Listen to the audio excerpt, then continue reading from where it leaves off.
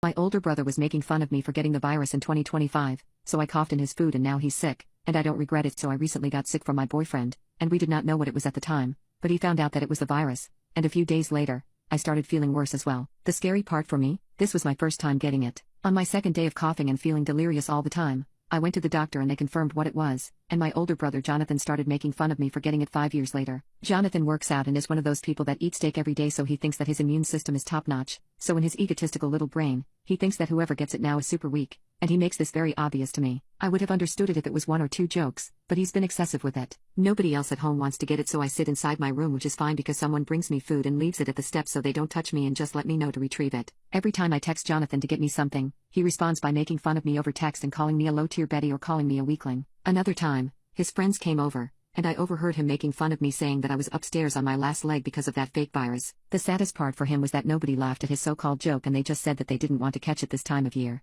On another occasion, I was craving a sweet treat and my parents had leftover pastries downstairs from the holidays, and I texted the family group chat asking if someone would be okay with bringing me a few pastries. Jonathan stood outside my door and lectured me about how I was stupid for feeding the bad bacteria in my stomach, and that I would probably have this virus forever for treating my body like a garbage disposal. At that point, I'd really had enough of his constant demeaning comments, so I had a plan. During the night, when I was sure that everyone was asleep, I snuck downstairs into the fridge, and found Jonathan's leftovers. I took them and coughed into them, not to be gross, but I coughed so hard that saliva landed on it, and then I went back upstairs and waited to see what would happen. Well, lo and behold, by the next evening, Jonathan was complaining of body aches and he was starting to cough. I texted him telling him that it was his karma to get it after all that he's made fun of me, and he refused to believe that he had it. My parents had him do a rapid test, and they confirmed that it was the virus, and now he's locked away in his room as well. I on the other hand am starting to feel better, and no longer test positive, and am ready to give Jonathan a greater taste of his own medicine.